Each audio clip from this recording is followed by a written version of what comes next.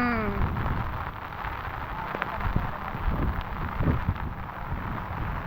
Dapat i-rescue na yan.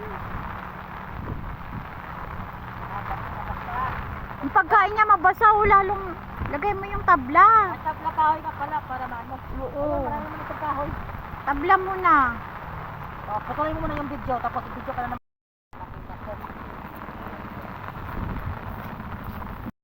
So ayan nga po, nakapatong na po yung mga pusa dito dahil nga po tumaas na po yung tubig. Ayan po yung tubig sa taas po yan.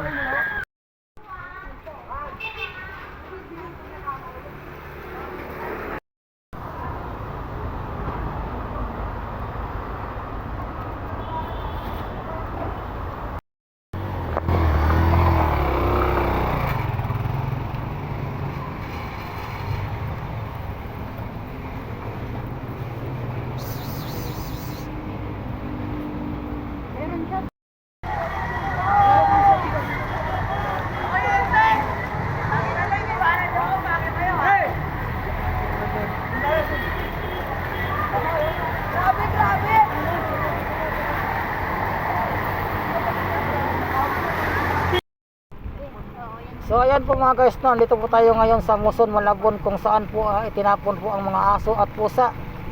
Ayan, kaya hinanap po namin yung mga aso at pusa po dito, no. Medyo bumaba na po yung tubig. Ayan. Diyan po ang mga titapon po yung mga aso at pusa, no, diyan, banda.